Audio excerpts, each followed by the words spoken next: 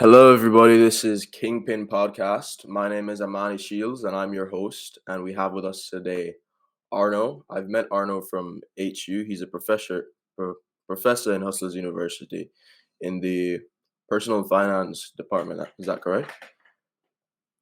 Yeah, and I'm also the Hustlers University Street Fighter champ. That's right. That's right. Yeah. He is. All right, Arno. Can you just give us a quick introduction on, who Sure, you man. are? So let's see. I'm a professor in Hustlers University. In my former life, I owned a couple businesses, most of them in real estate and finance. Sold over 1,000 homes. Was chosen as the top agent in my country. Sort of achieved everything I wanted to achieve in that field. Left it because I got bored when the whole unspecified virus of unknown origin started out, and from there on out, I sort of Hustlers University takes a lot of time, but I help clients usually with their marketing stuff and use my experience to help people avoid the many mistakes that I made in my 15, 16 years of being a business owner. Right.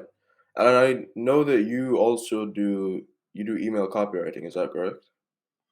I do all sorts of copywriting. So I wrote I wrote fiction, I wrote nonfiction, published 2 books. So anything involving the written word, I can do.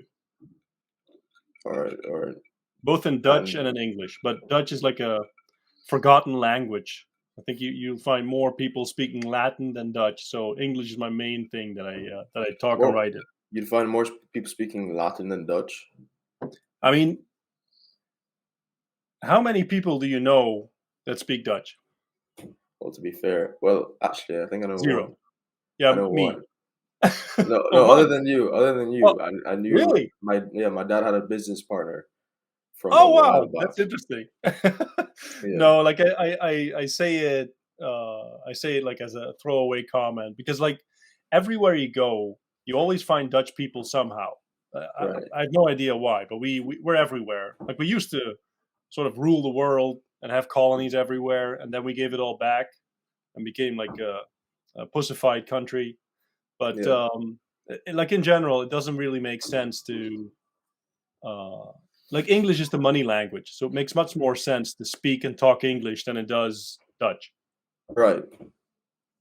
Because where are you from? I'm from Jamaica. Jamaica. So Yeah. and you're in Jamaica now?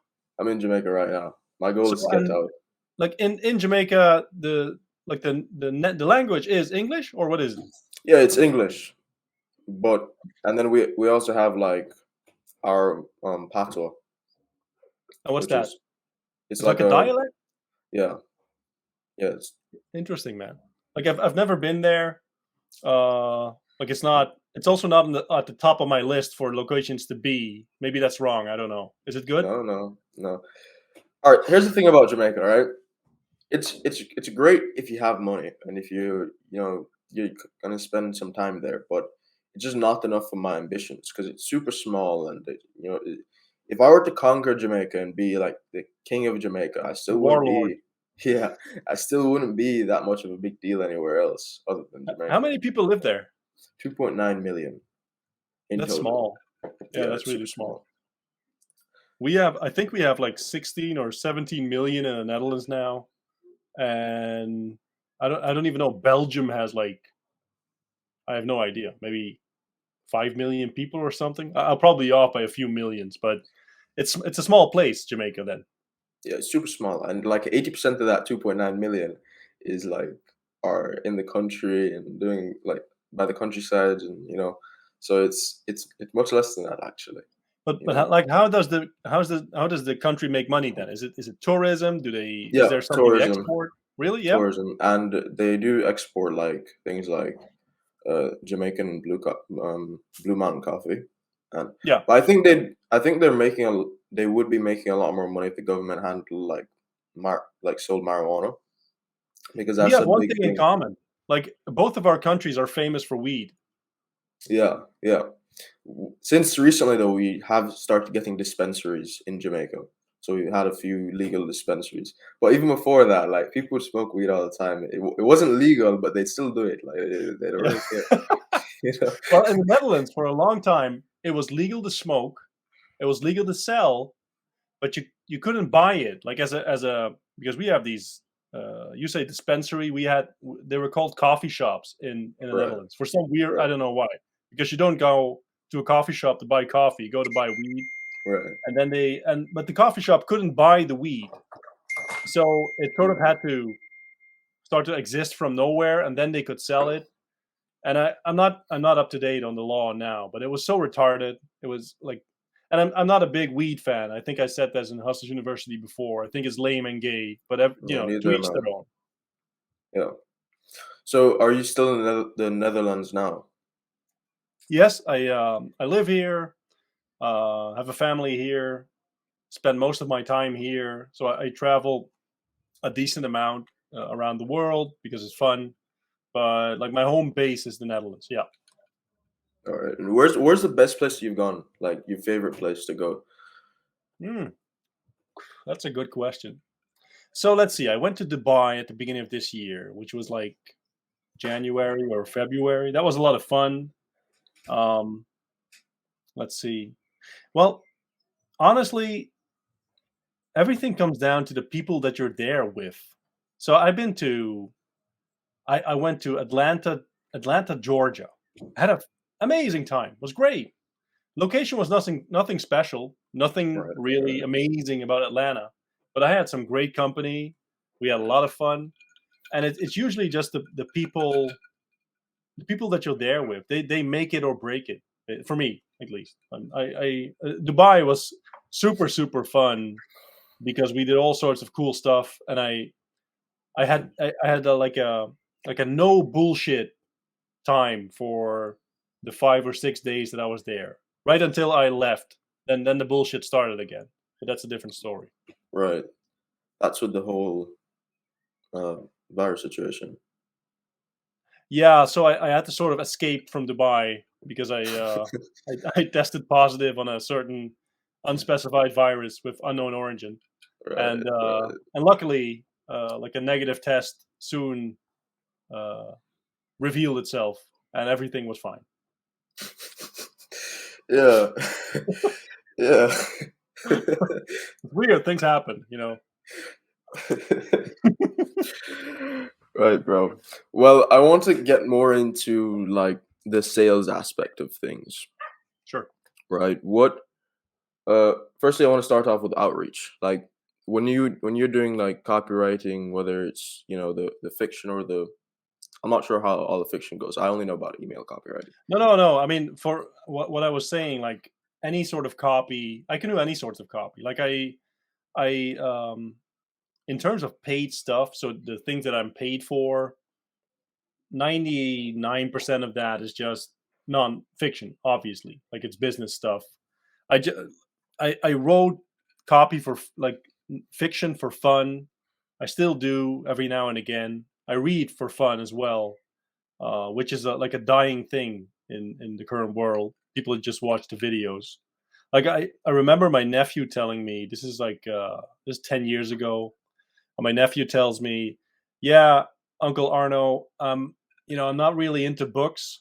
I'd rather just wait until they release the movie and then I'll watch the movie." And my soul just died a little.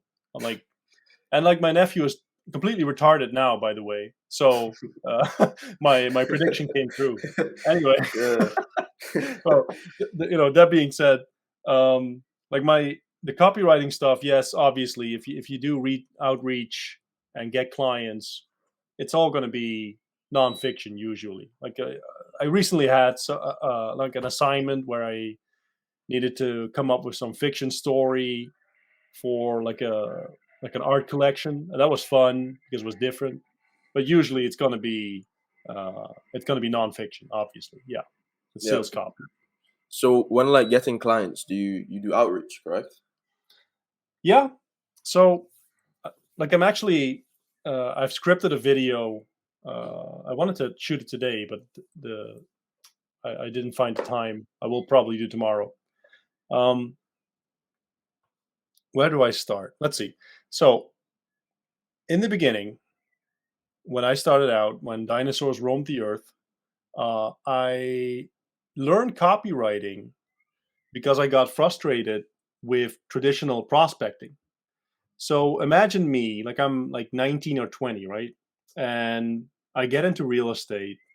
I work as an assistant for, I don't know, a year and a half.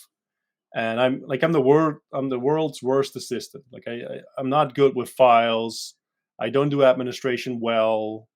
I'm always like I'm always going off into stuff that I want to learn, but it's not really my thing to be orderly and get things nice and organized. That's just not me. Right. And so after a year and a half, they could see that I had potential. They could see that I was the world's worst assistant. So they sort of bumped me up into a sales role. And now I'm this 19 or 20-year-old kid. I don't know anything really about real estate. I don't know any people. Like I was borderline autistic for a long time. So my social circle was basically 3 or 4 people. Not a very sociable guy, even to this day. I can do it, but it's not my natural inclination. Like I'm not an extroverted dude. Right. Right. And so I'm in the office, and now you have to get clients. And my genius idea was to just walk outside in my suit and start ringing doorbells and asking people like, are you going? Are you planning to sell your house?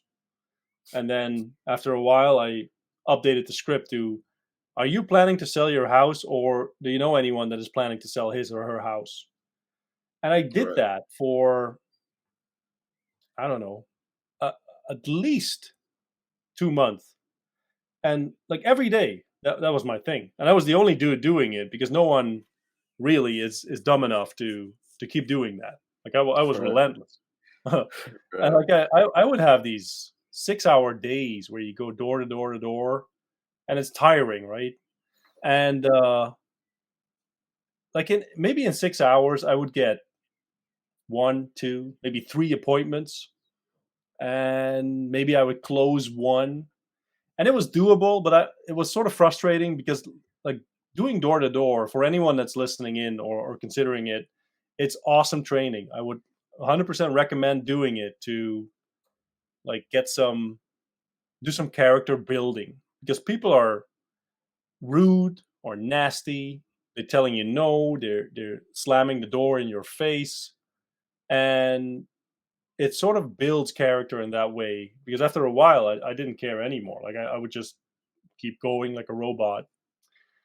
And I came about on this copywriting thing, and the initial appeal was that you could place an ad or write something, and then people would actually contact you.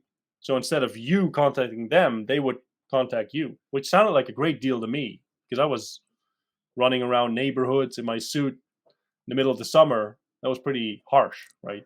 Even in the Yeah. Netherlands, like we have shit weather, but it's still like it's nothing like Jamaica, but it's still Right. hot in a suit. Yeah.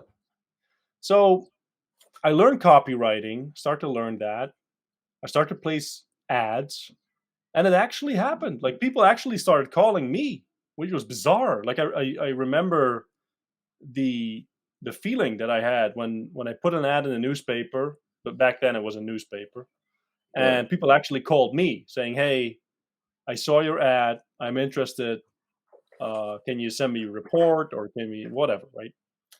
So that's how I got started in copywriting. So I used it exclusively for my own business to promote and to get clients.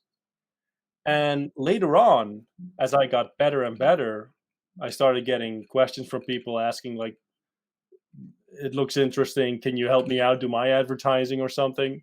And that sort of grew from there. But it was always for me. It was just fun. Like I would do it, but it was not like the main thing.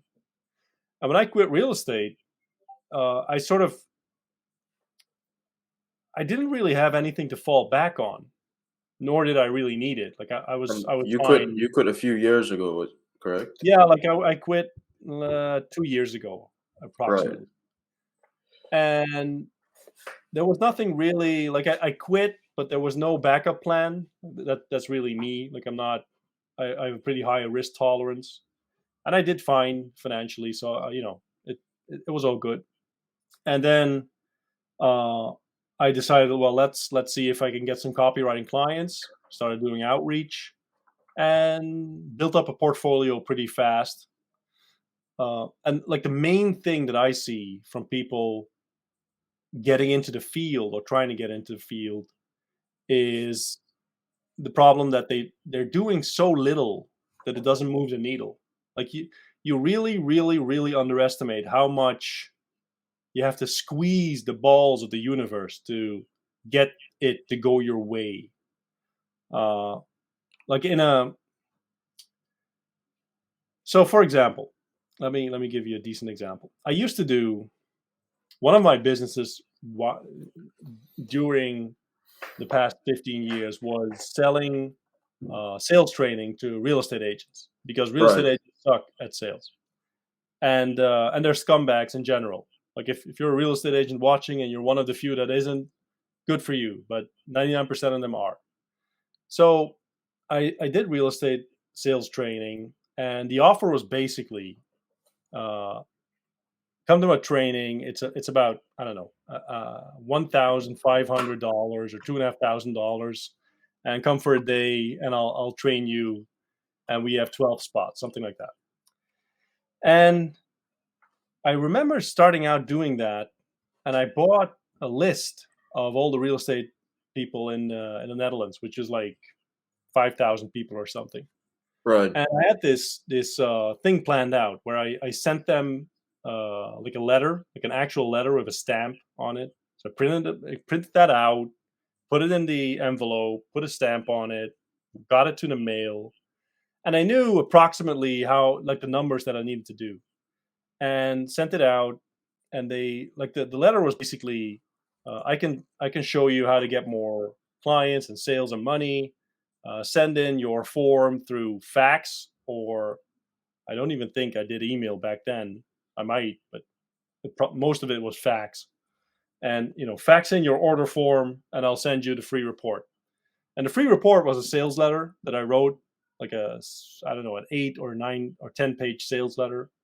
And the sales letter was for the seminar, and then they signed up, Yeah. and I managed to sell that out. But I mean, the amount of work that took to sell out the seminar and get that, what was that, like $20,000 event done, that was a shitload of work. And now these days, I get messages from people saying, "Hey, I sent out 10 emails and no one responded. What do I do?" Right. I'm Right. like, dude, you send out 100 more. What are you doing? What is wrong with you? Like Yeah. 10 people, I can do 10 people in an hour. Yeah. It's going to take I remember. a shitload more. I remember you saying you were able to do 100 in a day. That's actually a crazy Easy, amount. That's easy. a crazy amount. Well, And I it's know not. lots of people on this call don't know like what it takes to put into like just each client because you have to fill in all the information. How It's long did easy, that man. take you? Let me give you a decent example.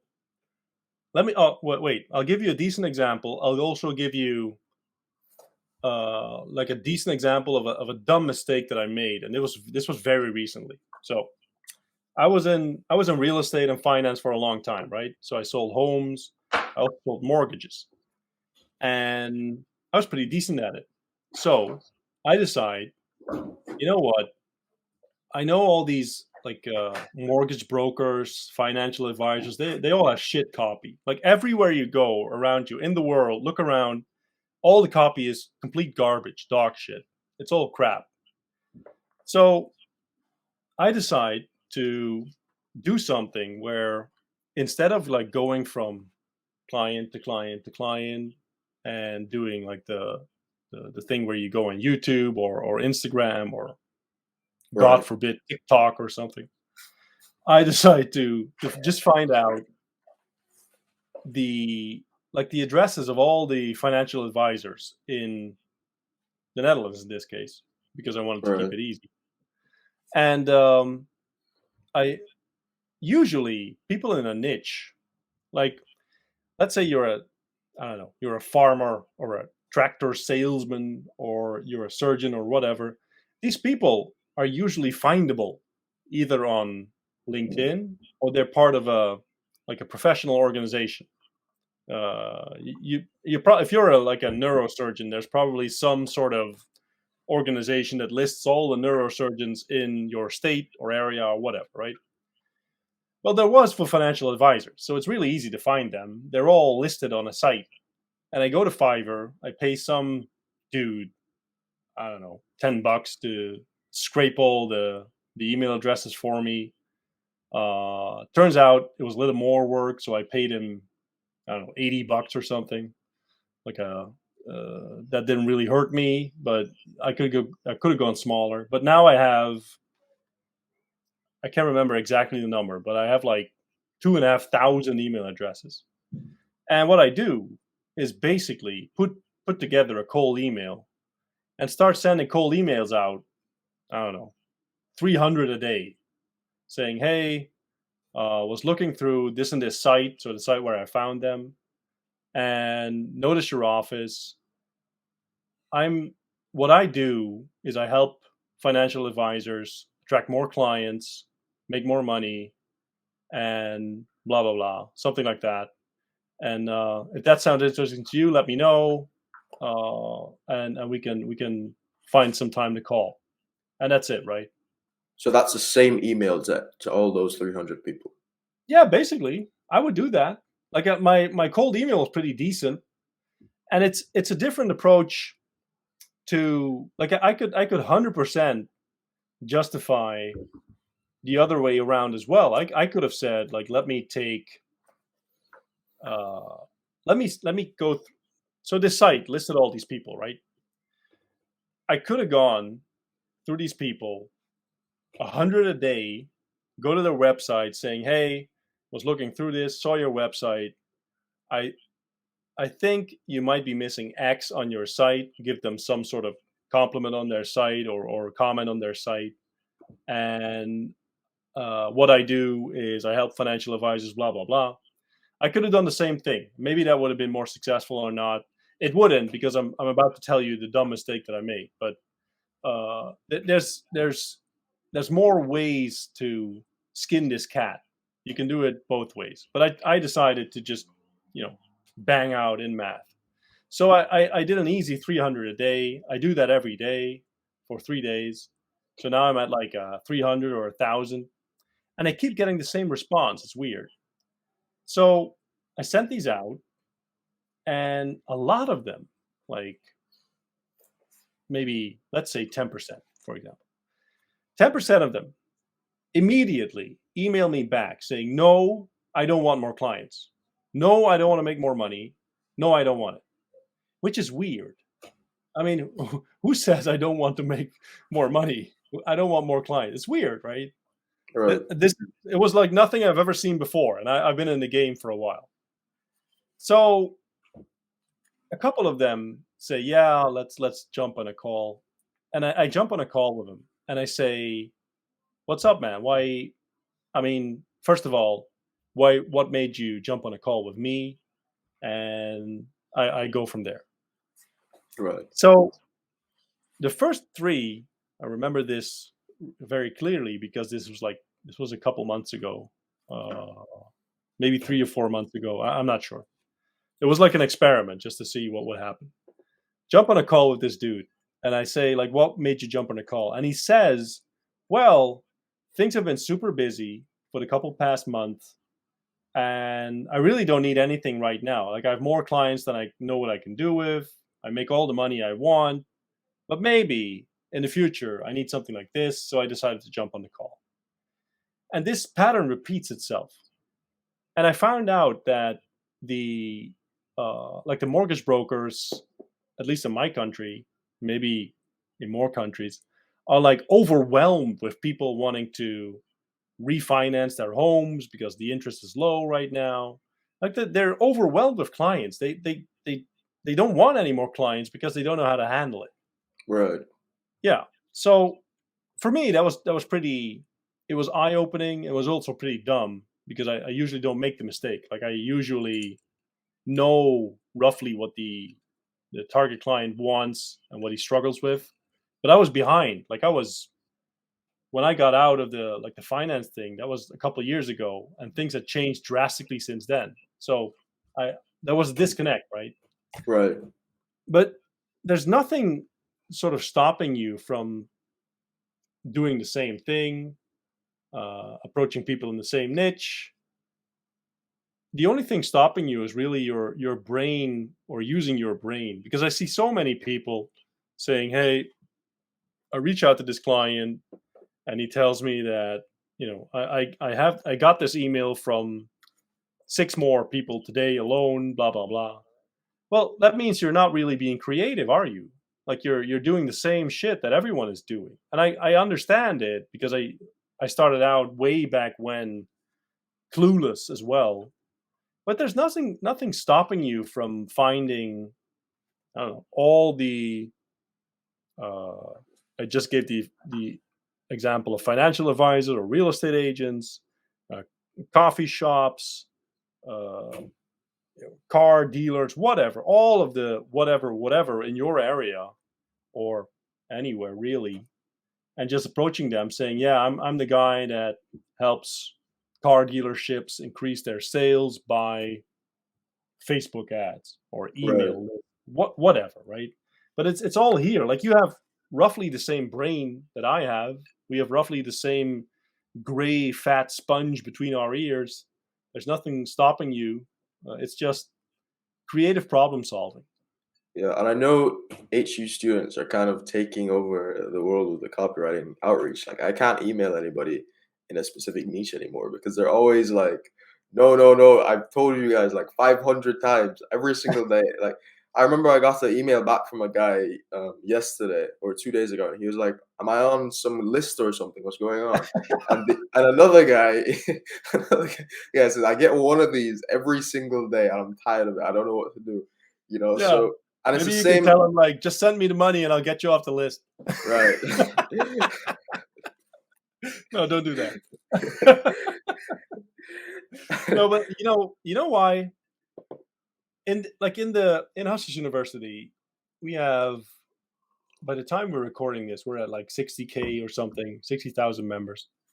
A lot of it copywriting because it's a super applicable skill. And like I'm happy that I got started implementing it in my own business because it gives me a different perspective compared to most freelancers that do client work, right? I do Right, still to this day, I do client work occasionally. It's mostly for fun. right, But if I would be, if this was my livelihood, I mean, I would look at the material. I would realize that what what copywriting actually is a way to sell whatever you have to sell with words more efficiently, more effectively than anyone else could ever do.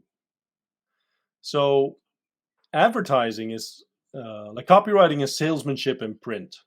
That's a very old definition, but it's very true. And the value of having someone come into your business, come into your funnel, look at your either website, emails, ads, doesn't matter, and show you like leaving where you're leaving money on the table, where you're missing out it's extremely valuable. But people don't really see it that way, obviously, because otherwise they would have already reached out to someone like us, right? right, And the thing, like the main mistake that I think that people are making is that they're sort of naturally you follow the lessons that you get from, in this case, from us university. So he shows you, Andrew, in this case, the copyright professor. He right. shows you, well, you go to YouTube or whatever, and you find a certain niche, let's say, uh, Fitness. the keto diet for dwarf strippers. I Right. like giving dwarf strippers as Right. an example. Yeah. Uh, and then you find out who the people are in that niche, and you approach them, which isn't. I mean, it's a great way to do it, but knowing that a lot of people are watching the same stuff as you do, you can assume that they're going to do the same thing that you are doing, right? Right. It's Yeah. pretty simple. Yeah. So if you take a broader perspective and you realize that if you're actually decent at copywriting, you can go to any business, like literally any business, and walk in, look at their stuff, probably make it a lot better. That gives you tremendous power. Like, put in any search in Google Ads or in Google in general. Look at the Google Right. ads you Right. get. Put in any search in Facebook. Look at the Facebook ads you get. See how much of it is complete garbage, total shit, and realize that all these people you could use your help if you just manage to reach them in some way. And I think that's the real power of copywriting. That you can walk into any business on earth and increase their results. Right. And like in terms of outreach, that means that the possibilities are limitless because people keep asking me, like, do you think it's getting saturated? Do you think? No, I really don't think that. There's millions and millions, I don't know, maybe hundreds of millions of businesses out there that could use your help, but it's up to you to find them and offer whatever you have to offer. So wait, let me finish my earlier story. So I did the whole like financial advisor thing, right?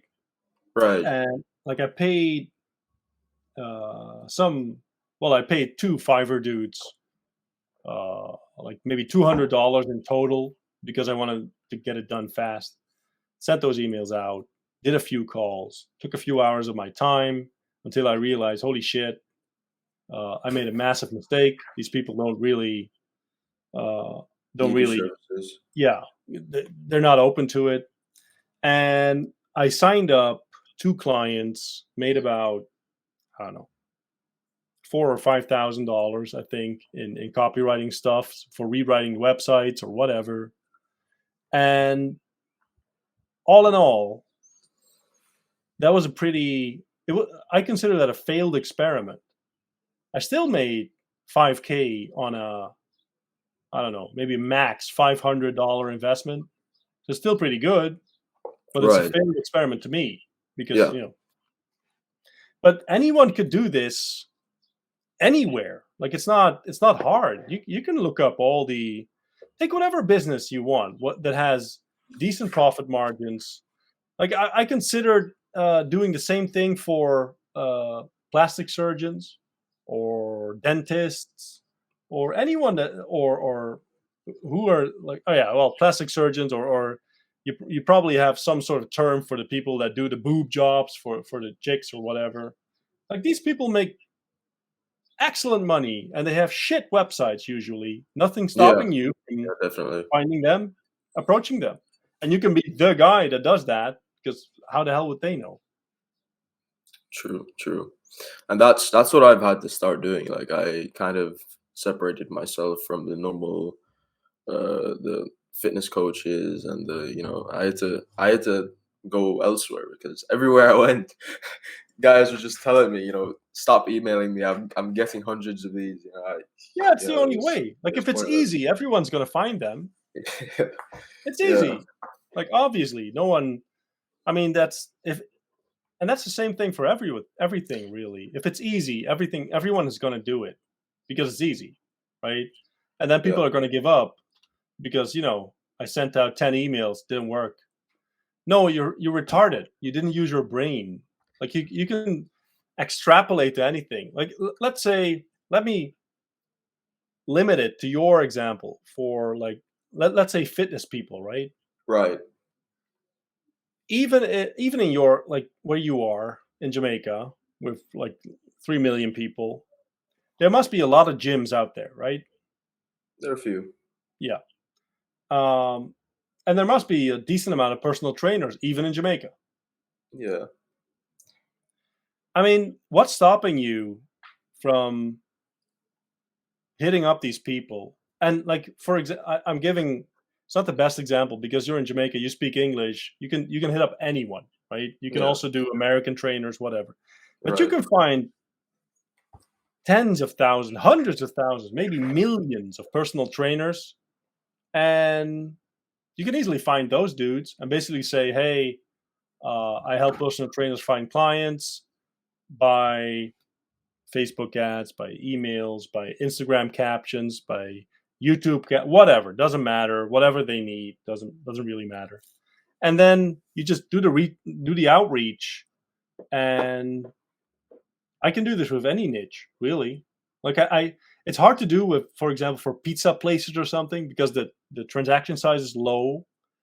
But I could definitely do local restaurants. I could do that. That's easy. Like they usually have a Facebook account, they have an Instagram account. I could do that easily. And like for me, it doesn't make sense because my rates would be too high to justify it. But what's stopping you from having like, I don't know, 10 restaurants paying you $300 a month to do some Instagram stuff or Facebook stuff, and now you're at 3K a month, and you're not really, you're not even close to working part time, let alone full time. This is easy. Right. Right. Yeah. But it's in here, like the gray sponge in between your ears. Yeah. Yeah. Most of the HU guys probably weren't really thinking about that. And I mean, neither was I for a while, It's because normal. Like, it's yeah, broken sure. down for us, It's Yeah, broken down right but there, and it's like, all that's the right, thing, right? For me, when I started going door to door, the reason no one ever did that in real estate is because it's the dumbest possible thing you could ever do. right, No one finds a real estate agent by having him knock on your door. That's not a thing. I still made it work. I mean, it's sort of converted, but it's not the smartest way to go about it. so people said yes to that. People said they had a house, they wanted to sell it, they had a friend that I had actually, a house. honest to God, like I like imagine you're doing this 6 hours a day, right? I could do Right, about, I don't know, let's say, I'm thinking back now. I could do about 100 doors an hour because a lot of them didn't open or it was just no click. I could do 100 doors an hour, and I would get, on a bad day, well, on a really bad day, I would get 0 appointments. But on a good day, I would get 2, for example. And it was either, yes, we're actually thinking of selling, or yes, my mother-in-law is thinking of selling. Maybe you could give her a call or something. It's weird. Like, I swear to God, like almost anything you ask to enough people, someone will say yes. It's just how efficient it is, right? right, yeah, And like even for the real estate, like for the finance people, these people were drowning in clients, and I still made money. Like to this day, like last week, one of them reached out saying, "Hey, I'm interested in working with you," and I said no because I have other stuff to do now. But if you put in, like, if you reach enough people, you'll make it just fine. That's the reason why I get pissed off when people say, "Yeah, I reached out to 10 or 30, and it's not happening." Well, of course it's not I happening. mean, You're but wrong. you How can are do you it. You doing can even do that anything? in a day. That's Yeah, nothing, to be honest. yeah. And when I'm saying like I can do that in an hour, I'm not being facetious. I'm being realistic. Like Yeah, I'm not yeah, bragging. That's easy. yeah, definitely. I mean, a hundred is a bit of a step for me, but 13 an hour is easy, or Yeah, 13 2 hours is it's easy. doable, right? And Yeah, it's all in how you do it. Like obviously, finding all and getting all the email addresses from the financial advisors, that took some time. So uh, if I was being dishonest, I would say I can do 1,000 an hour, which is true. Like if I had all the email addresses, I could do 1,000 an hour, but it took a couple of hours to get there, so it's not really fair, right? right, right. But even, give me an internet connection and an hour of time, I can easily find 10 people easily. and doesn't really matter what niche. I can do it. So don't, like the people saying I did 30 in a week. Well, I mean, you're not really going full throttle then, or you're doing something really, really wrong. Right. Yeah. And I think, I don't know, I'd like your opinion on this. I think as the years go on, people just get lazier and lazier. So maybe 10 years ago, what you would consider super hard to get done is impossible for some students Yeah. now. Wait, give me one sec. I'm out of cigars. One moment. Yeah, no problem, bro.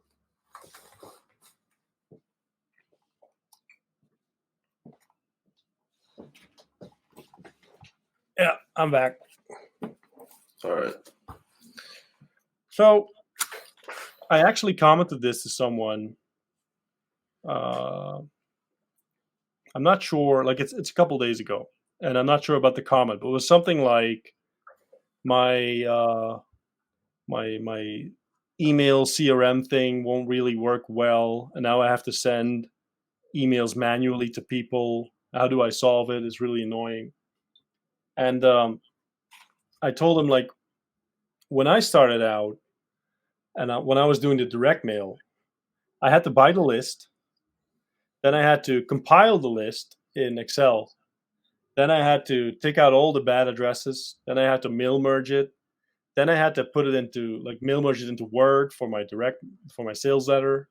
Then I had to print all the letters, put them in the envelope, put a stamp on it, bring them to the post office, send them out on the right exact date, because otherwise you screw yourself. And then I had to collect all the order forms. This was a shitload of time.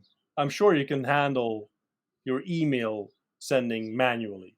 You'll be fine, man. You'll live. Yeah. But that's a real thing. Like it sounds weird, and I don't want to come across as like the dude that's really old and out of touch.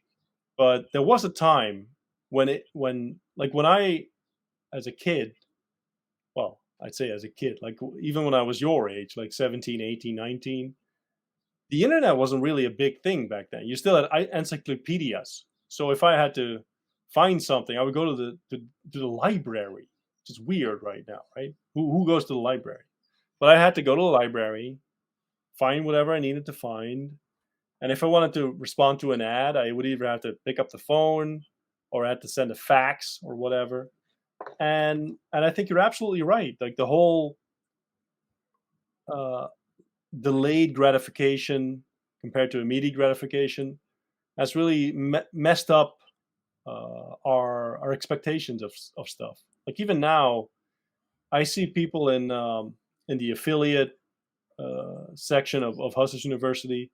Some of them posting like, I don't know, 5, 6, 7, 8K wins. Some very young dude had like a $11,000 month in his either first month or second month, whatever.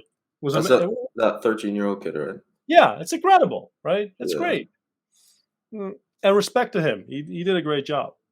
But at the same time, I go to the chat and then people are saying, yeah, I've been trying this for 2 days and it just isn't working out. And Yeah.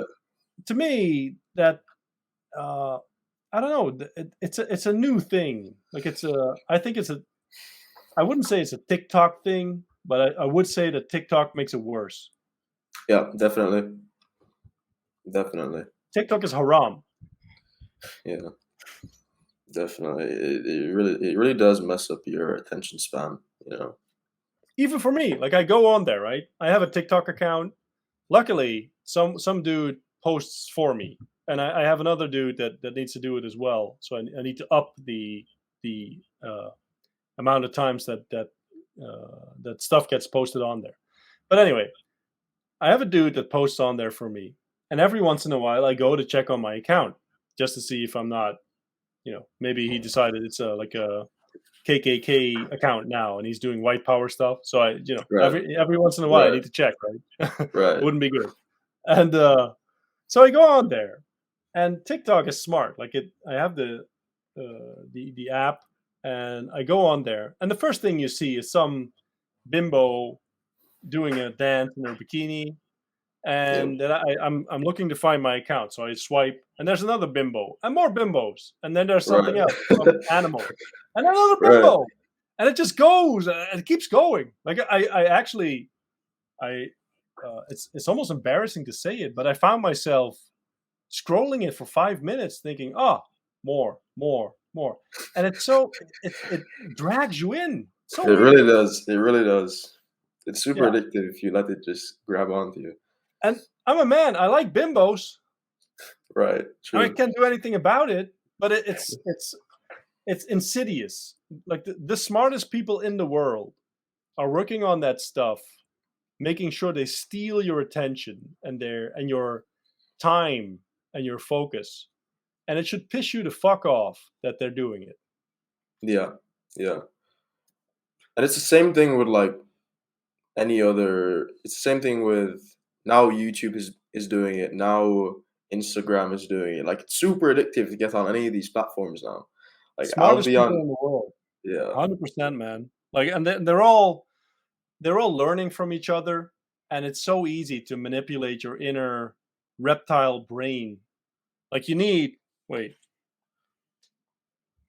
you need this, man. You need the sword of truth and justice to make sure that you deal with it and the bimbos and just it's haram. But uh, if you know You that know. the You know absolute that Tate speech about the sword. That's my favorite Tate speech. oh cool My favorite one. yeah I had a sword for a while, but I used to have it hanging on the wall, and now I carry it around the house. I will Just start. I'm gonna get the sword and I'm gonna start carrying it around the house it's too. cool. Yeah, Right. Yeah, it it's a is. special feeling. It But really you is. know I that the imagine. smartest people in the world are working on it, and they're all. Let me give this example. So in copywriting, my favorite copywriters are all from the 70s, 80s, maybe 90s era, right? And to this day, whenever I write copy, I just go through my file and I for inspiration and to get ideas and to see like how should I structure this.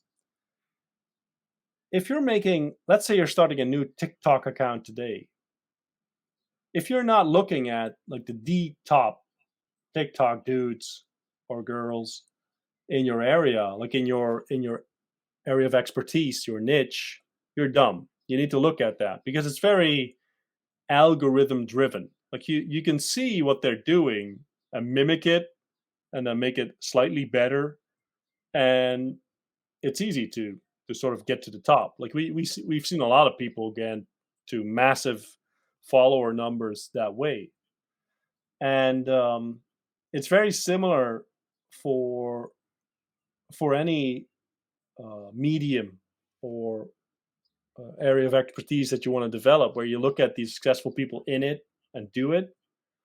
The nasty thing about it is that the other side does the same. So you have TikTok capturing massive market share, and then YouTube decides, well, we're going to do shorts. Instagram decides we're going to do reels. And they're all competing with each other, getting better and better and better at manipulating your dopamine receptors, your reptile brain, into giving them more time, more attention, because they make money for the amount of time you spend on there because you see ads, right? And if you're aware of it, like I said, it should piss you off because you're being manipulated in real time, which is not a good thing for anyone to Right. happen Yeah. to. Yeah.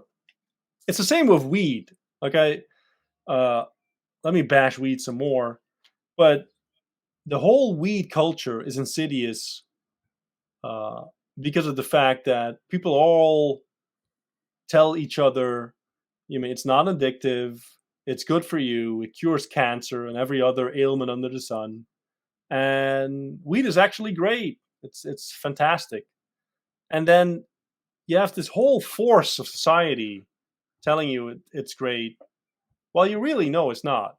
Like Yeah. I know very few high performers on weed. Trust me, and Yeah. I know quite a few.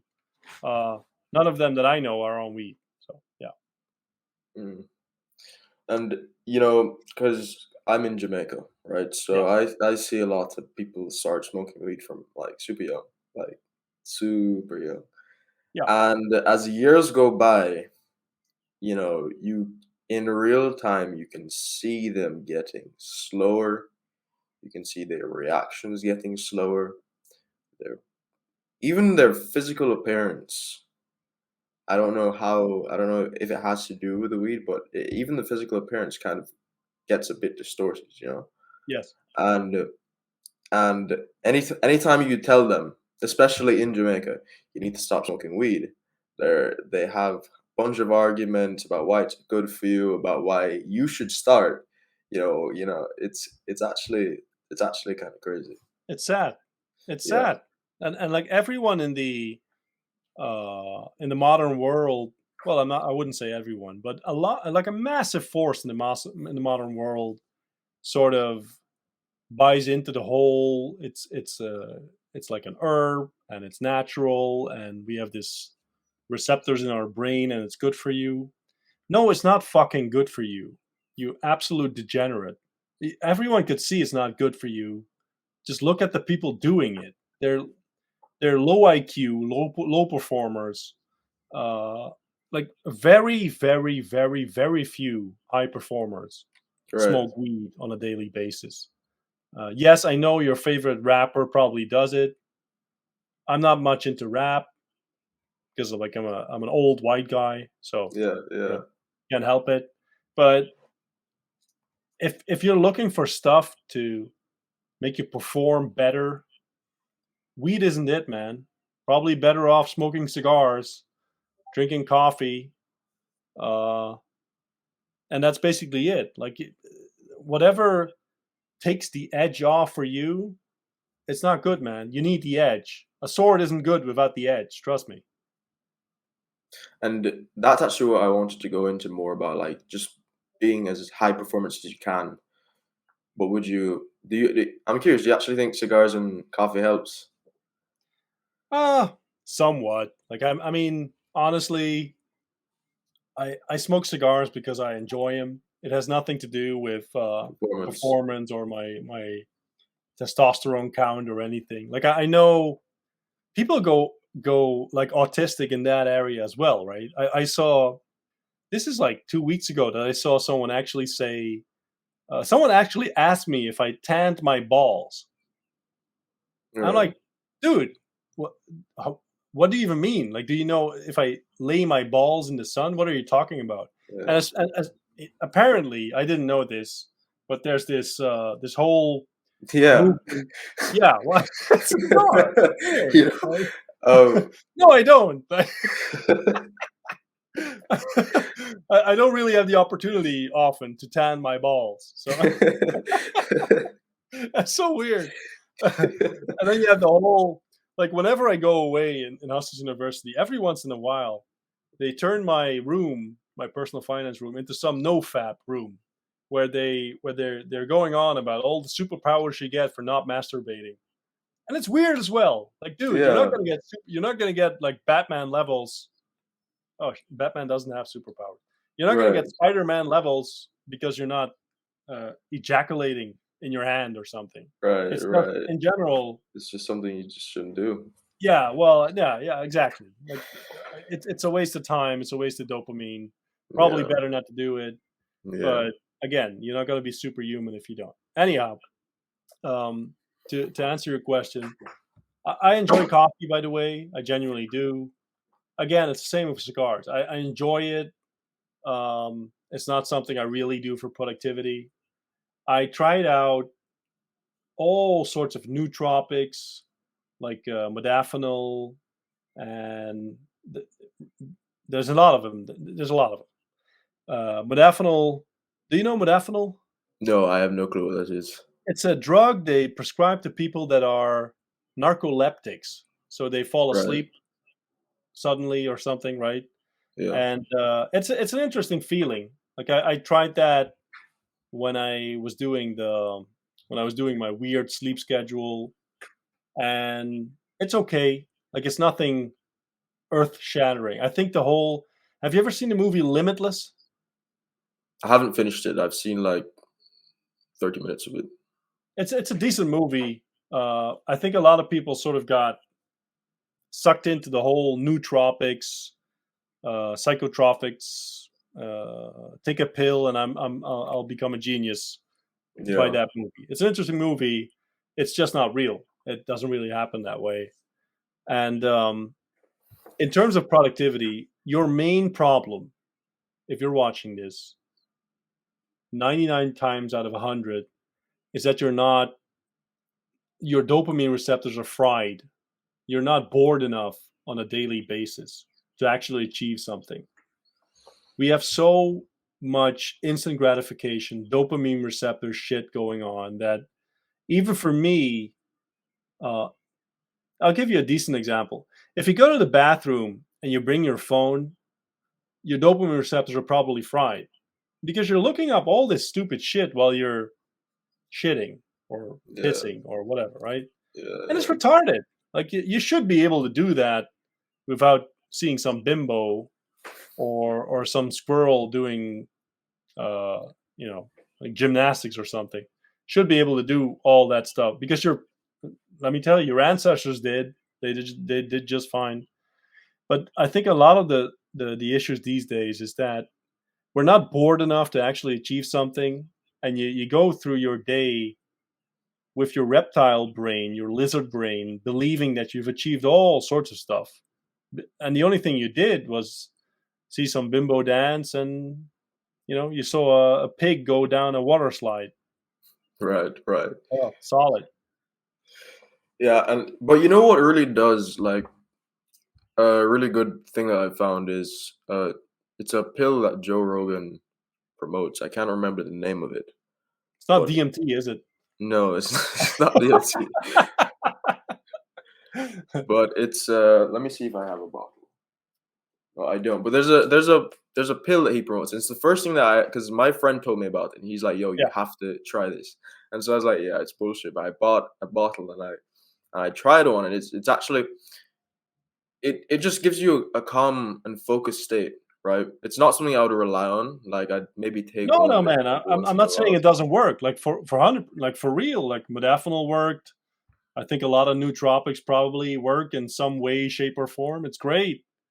Uh, it's like the only what I'm saying is it's not going to save you from yourself. Like Yeah, if definitely. you're a TikTok addict, the pill isn't going to fix it. Yeah.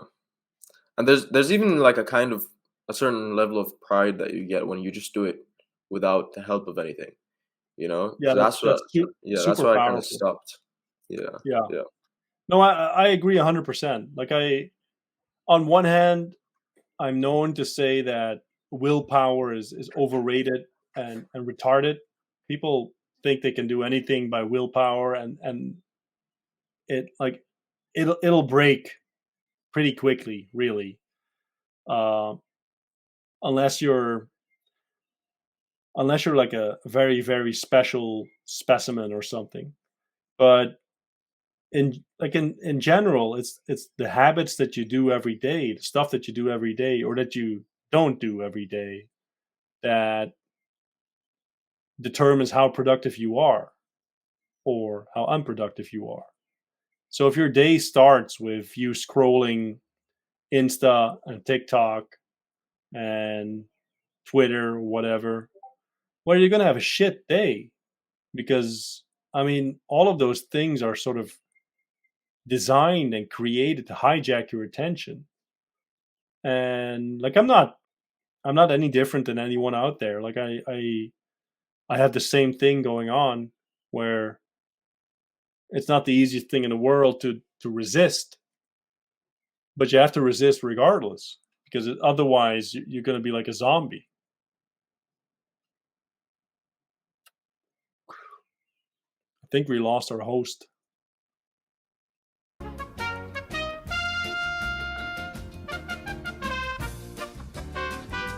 Swimming trunks, has some sunglasses. It's ridiculous. Right. That was funny.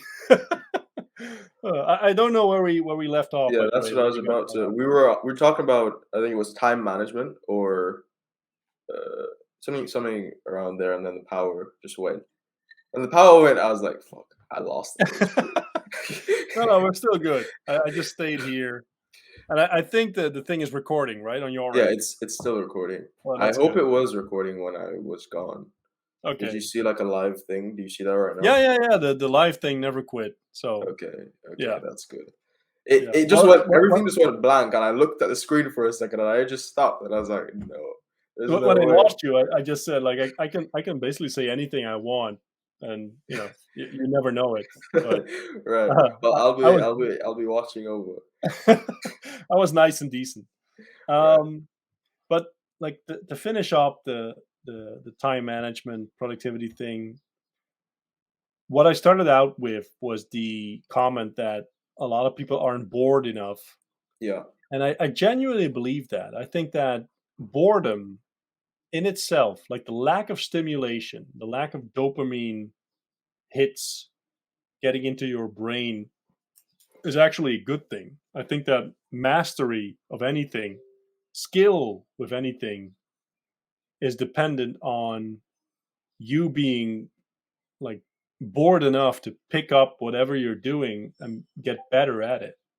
Right. And I mean, I genuinely believe that. I think that that's a missing thing in today's world, where entertainment and stimulation of any kind, doesn't matter what you want, it's there at the flick of a switch, snap of a finger, it's there. And I think that's a bad thing. I don't think that's a good thing. Yeah, you definitely have to, if you want to just keep your focus throughout the day, like with my experience, you definitely have to limit your social media time. You definitely have to, like, especially in the morning, because if my morning is messed up, it translates onto the rest of the day. So I think that's the same for everyone, man. yeah, Yeah. I can't check my phone or anything. I have to just stay focused. One thing that helps me a lot is just working out, just right in the morning. It helps with True. discipline so much. No, I completely agree. Like I go to the gym in the morning. I mean, I wouldn't say every day, but at least 5 times a week, sometimes 6 times a week. And it gets me off to a great start. And I enjoy knowing that I've done that, and it gives me a great start. Whenever I don't do it, let's say you had a little bit too much fun and you're hungover, you can't get yourself to go to the gym, you're probably gonna have a shit day. Yeah, Like you're not 100%. yeah, you don't get into the groove of things. Right. And that's Yeah. yeah, that I completely agree with you there. I tried to find a workout like every single day now. I have to find something. I Yeah, can't I whatever it can't is. run anymore because I've run so much that I've kind of injured my legs. I have shin splints because I used to just run Oh, around my complex so many times. that's Right, rough. the runner's Yeah. high is crazy. No, You I know, know what you mean. Like it's like in my when I was younger, I played a lot of sports at a decent level, and I kept injuring my ankle, which is really nasty. Like that sort of hinges on everything that you do, walking wise. But the running thing, it's rough because it's rough on your ankles, it's rough on your knees, on your shins, like you said. So I usually go to the gym, and either I row, or I do the elliptical machine, which looks retarded, but it still burns some calories. And then I yeah, do weights. I like weights a lot. me too. I also enjoy weights and fighting helps. Sparring. I like sparring a lot. Yeah, I do. Um, I tend to get in at least 2 kickboxing sessions. Let's say half the time two, the other half the time three. It sort of have to coincide with my schedule. But I agree. It's a different energy to weights. It's more intense. Like it's more focused. It takes more out of your brain to make sure you don't get your nose broken or something. Yeah, yeah, it definitely does. Definitely does. And And I had my nose broken 3 times not doing. I've never had my nose broken boxing or kickboxing. I've always had it doing other sports, and it's a little crooked still, but it's a good stimulation to never get it broken again because it sucked. right. Wouldn't And recommend. it's just a different energy compared to anything else that I've ever done in terms of sports. Even winning, like, because I used to do track and field. Track and field is a Yeah. really big thing down in Jamaica. And even when I had to win races compared to just winning a sparring round, because I haven't gone through an actual fight yet, but it's a completely different feeling. True. I mean, it's just the It's more high that you primal. feel. Yeah, it's amazing actually. It's You very guys, super addictive. Usain Bolt is from Jamaica, right? Yeah, he's from Jamaica. He's down here. Is that a big is that a big thing in terms of like sprinting and track and field that it Oh, it's drives that? huge.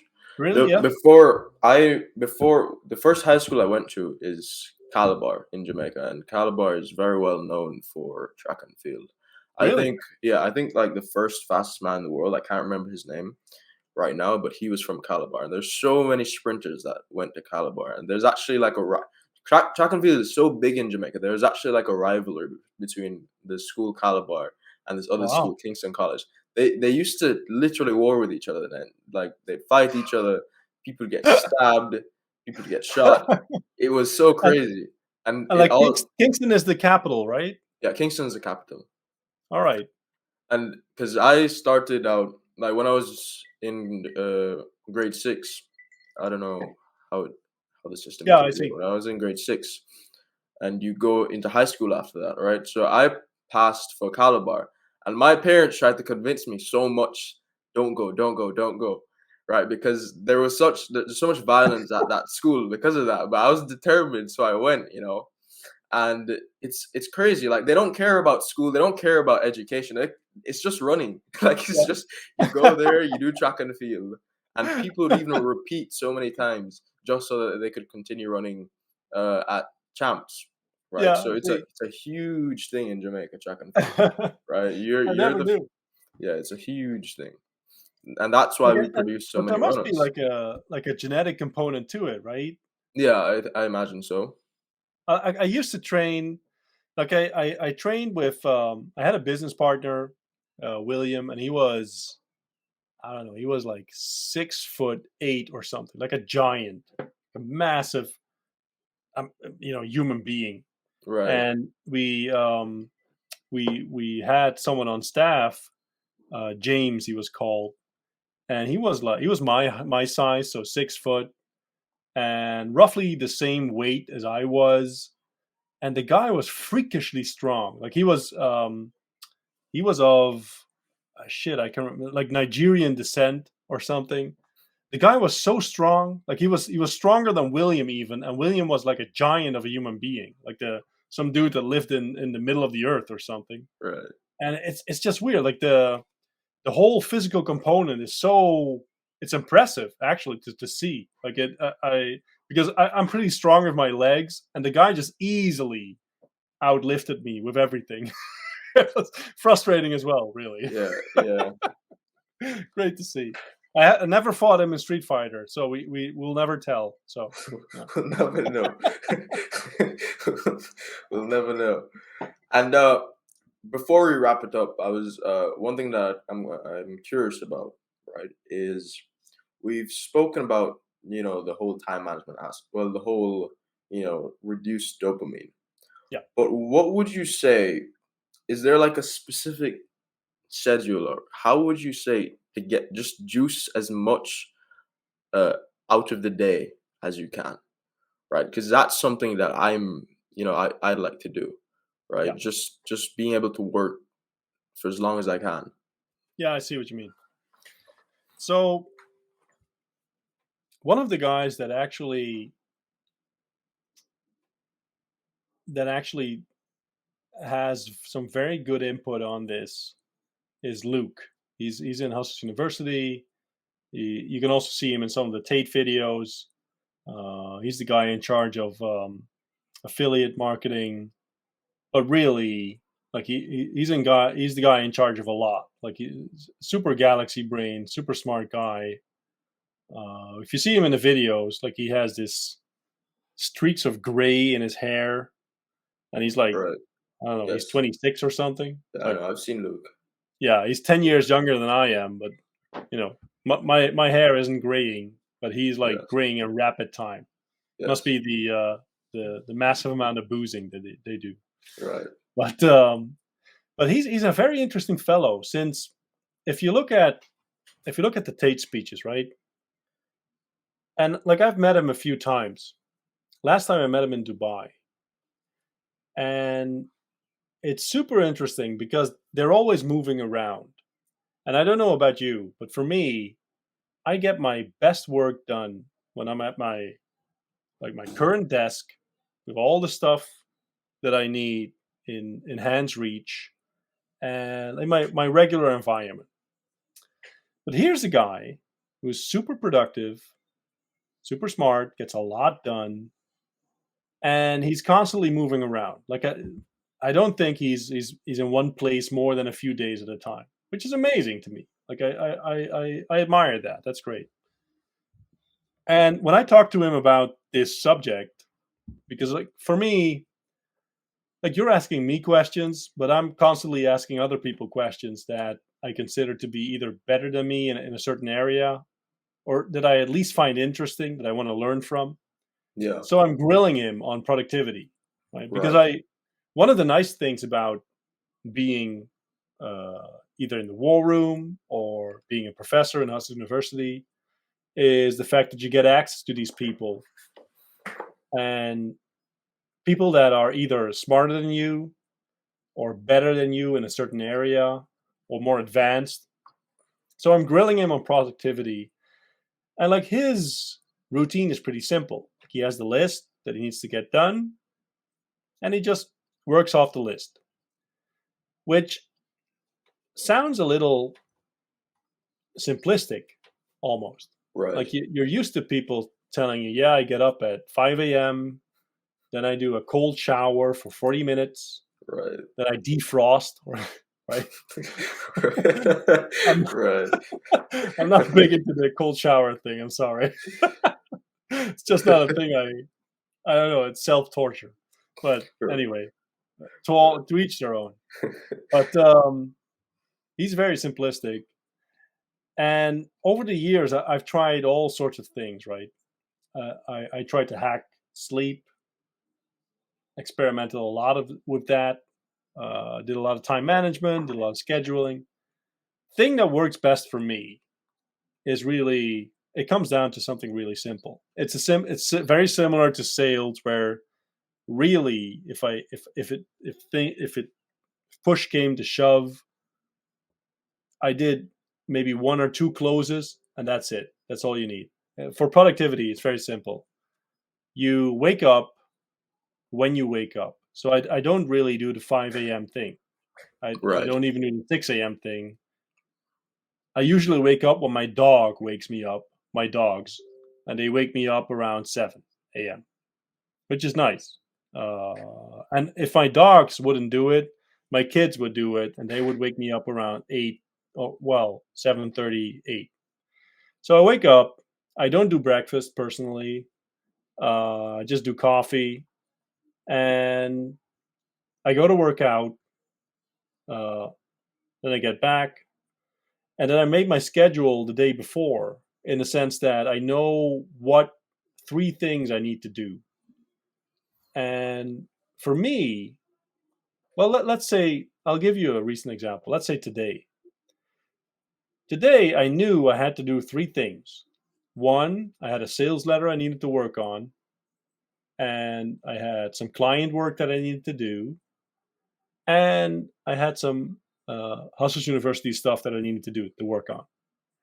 And I know if I do those 3 things, it's great. Whatever I do in addition to those, that's just bonus. That's great. So I have my 3 things. I have my daily stuff. So I do everything. Every day I do something to either get new client flow, or to reach out to a previous client or an existing client. I do something to prime the pump, to make sure that people know I exist and people know I'm there for them.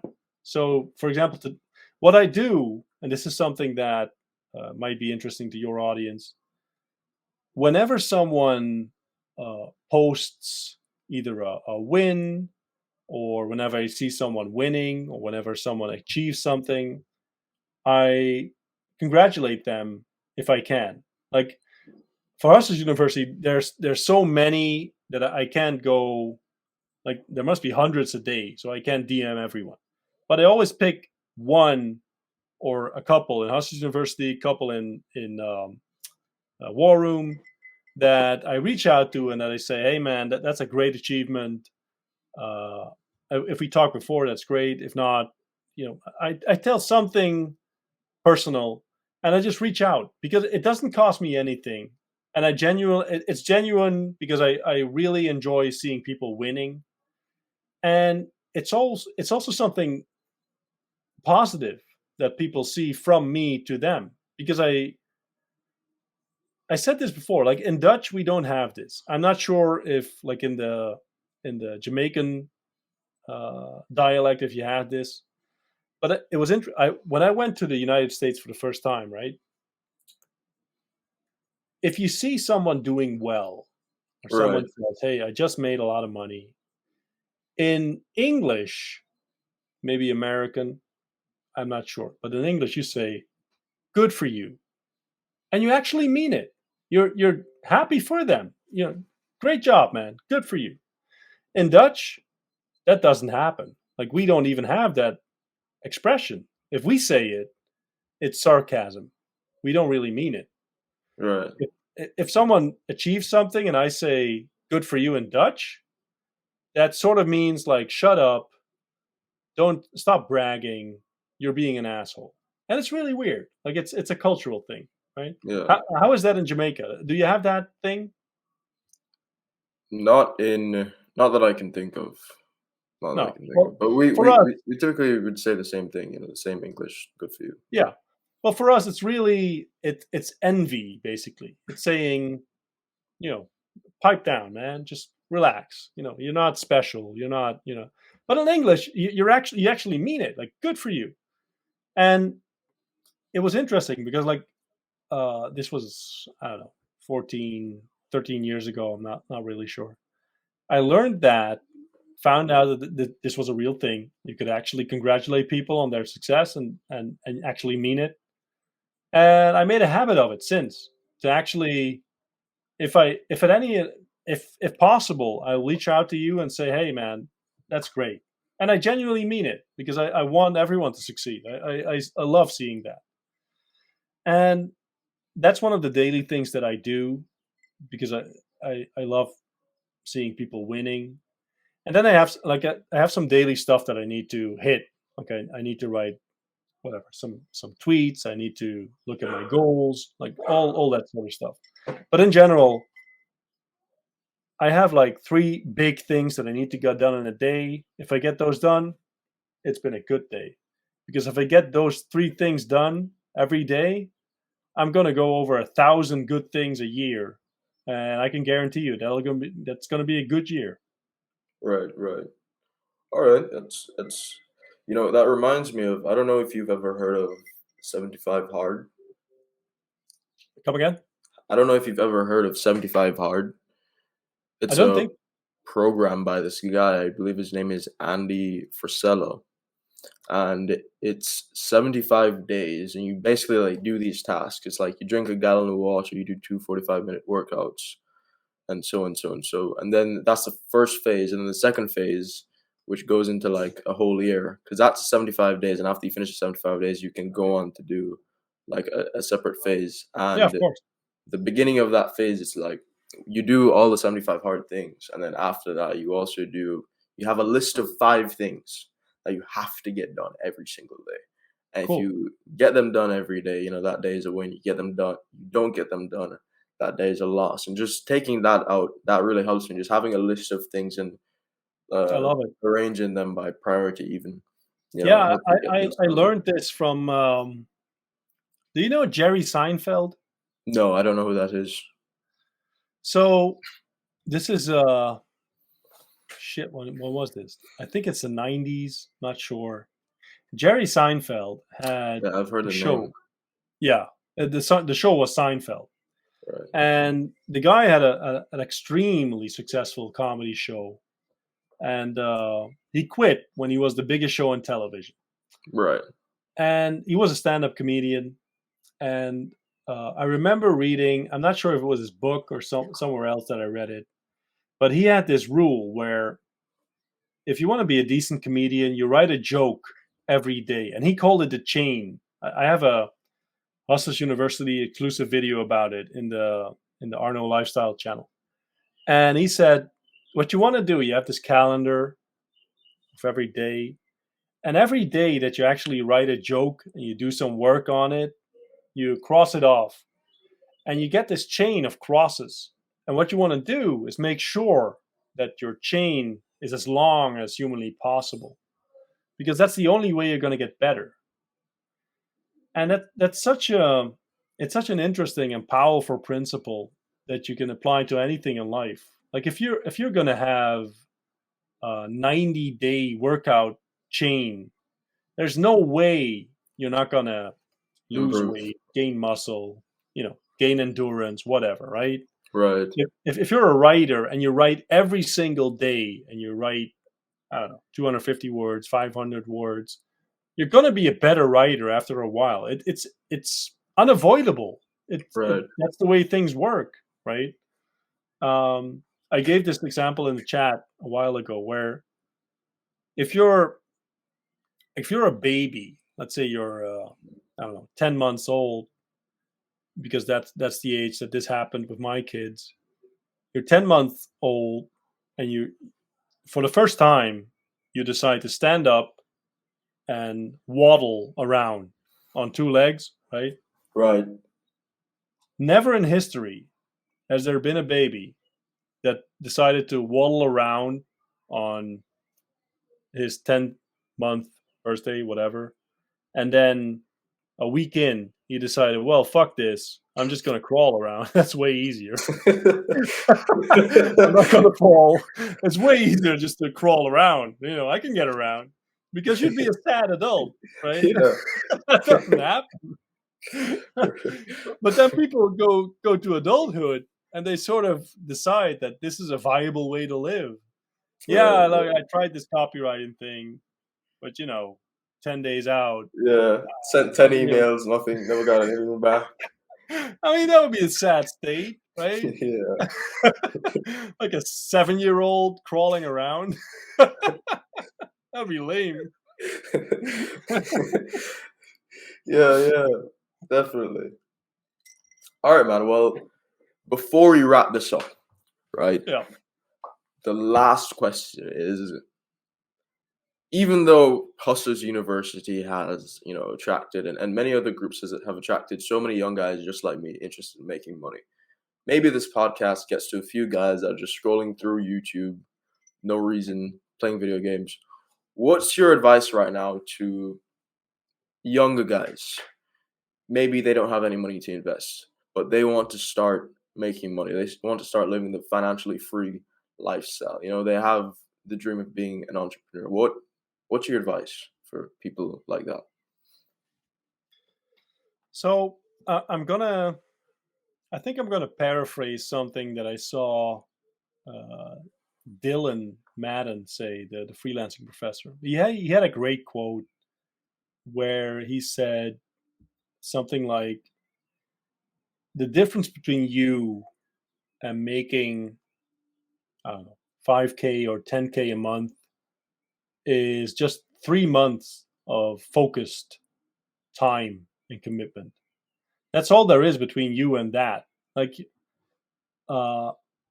if I butchered the quote, apologies to Dylan, but it's something like that, where basically making more than some wagey job where Right. you have to finish finish school, finish university, get in an entry-level job, get coffee for the executives, work your way up. If you're an actor, maybe suck on a few things, not sure, or an actress. Like, I wouldn't recommend that. Right. And then finally you make it. You don't have to go through all that. You can finish your whatever, high school or school, whatever you're doing, and then focus on learning something that actually adds value to your life, like copywriting, like anything basically in freelance that we cover.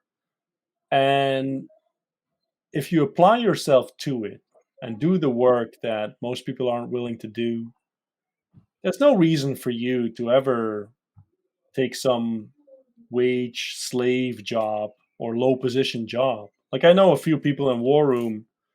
Like one of the guys that I respect most, he has a job. Like he has like a desk job, office job, but the guy makes, I don't know, $1.5 million a year. That's not bad for a desk job, and he can do whatever the fuck he wants. Like I met him in Dubai.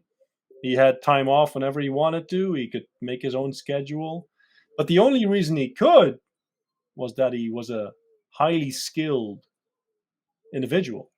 And I think that's the most important thing you could ever do with your life. Most people are unhappy because they're not good at anything. And it's a sad state as a man.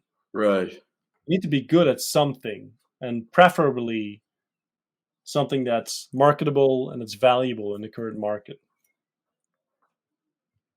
Right. So build skills. Focus on one skill, build it up, make money from it, and go on 100%. from there. Yeah.